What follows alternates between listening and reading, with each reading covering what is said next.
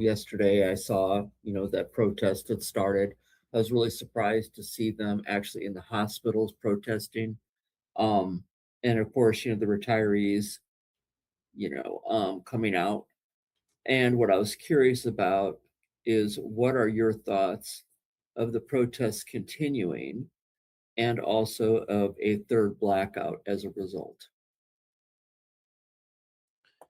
So the blackout, the current blackouts in Iran is because of shortages, because of mismanagement of the, and because of the blockade and the economic.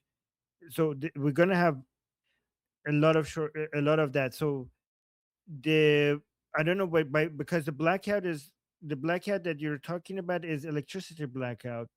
Are you talking about an internet blackout that we're gonna have if Right. we have another uprising?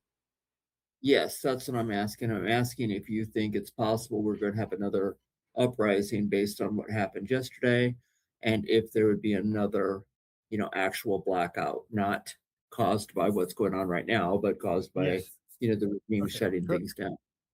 Yes, okay. So even if we didn't see these protests, I could tell you that we will have an uprising at some point. Not sure when, but is we will have that. This is and it's very likely that we're going to have an internet blackout because we have been here so many times. So we have this on repeat, but the only difference is that every time is getting bigger than the last time. So we were here 9 years ago, and then 8 years ago, and then wait, how many years has it been? And then 4 years ago, and then this January. This is on repeat. We have large protests. This is how it starts. First, we have small protests that are about something not uh, about toppling the regime, right? Not about regime change. It's about most of the time it's about something economic. One time with the Massa Revolution, it was about the mistreatment of women, mistreatment of Massa. But most of the time, it's about economic conditions, which starts with small protests, and then it picks up, and then some of them sometimes they die down, and then it picks up again. Like so, we're going to have many. This is not the first protest, by the way, we saw since the Alliance and Revolution. We have been seeing this happening. It happens multiple times. So we're going to between the mass uprisings, you'll see multiple protests in different corners of Iran. Most of them about the current economic situation, and among those chants, you hear nothing about regime change or toppling the regime. But then each one of these protests are like a spark. They're like a spark in the middle of a room filled with gunpowder. So most of the sparks will not cause an explosion, but you get more of them, and then eventually one of them is going to turn into is a spark that ignites all the underlying gunpowder in society. The gunpowder is the rage and the anger, right? So the protest will be the spark, and the protest will not be about regime change, but as at some point one of these protests is going to reach the gunpowder, which give the opportunity for more people to come out and ask for regime change. So the reason why initially the protests are not about regime change is because when it's about the economy, then the government will doesn't want to show that, like, the government holds back, tries to find excuses to suppress it, but it does hold back.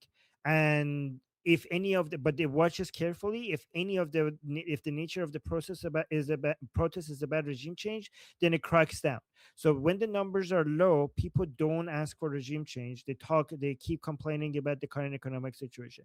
They still get suppressed, but it's not going to be like they're going to get machine gunned or basically arrested for executions or stuff like that.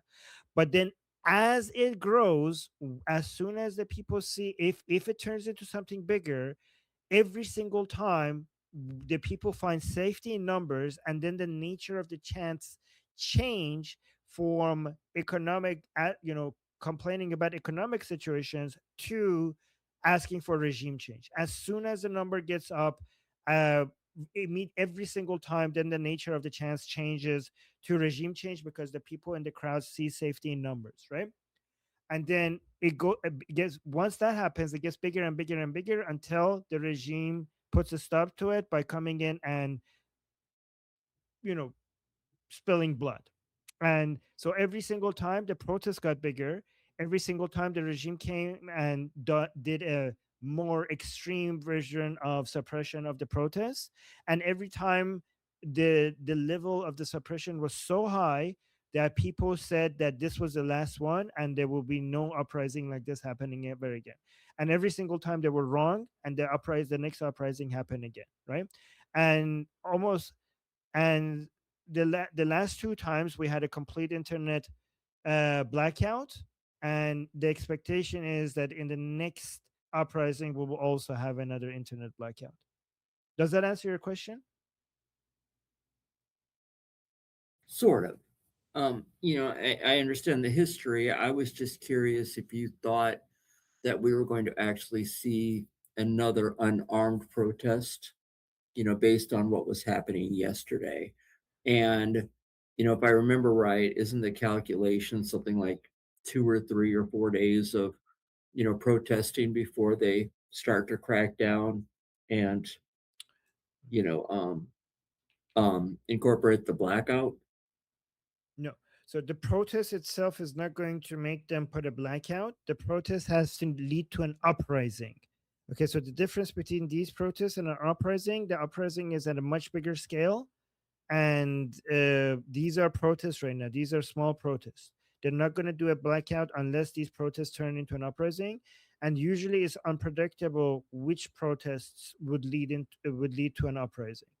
Okay, the only thing that we have observed is that the more protests that you have, the more sparks that you have, and the more chances that you have that one of them is going to lead to an uprising. But which protest is going to be a catalyst for an uprising, it hasn't been predictable. But the only thing that has been predictable is that it will at one point happen. The timing of it and which protest will lead to it hasn't been predictable. Some people do say that based on what happened in early January, the next uprising has to be only has to happen when people are armed. But the thing is that these things cannot be decided for the people from the top down. Usually, it happens organically, and how it happens and at what scale and when is not something anyone could predict. Does that answer your question? Yes. Thank you very much. Thank you, Helda. My name is Armin Navabi. I'm an Iranian political analyst with decades of experience fighting the Islamic regime inside and outside of Iran. Make sure you follow me for more, and also make sure you join our discussion group. I'm there almost every single day. Come talk to me there and the rest of the people there in our group calls. It's a great place to meet and talk to people who like talking about politics. The link is in the description and or in the bio. You could also get there by scanning the QR code on the screen. See you there.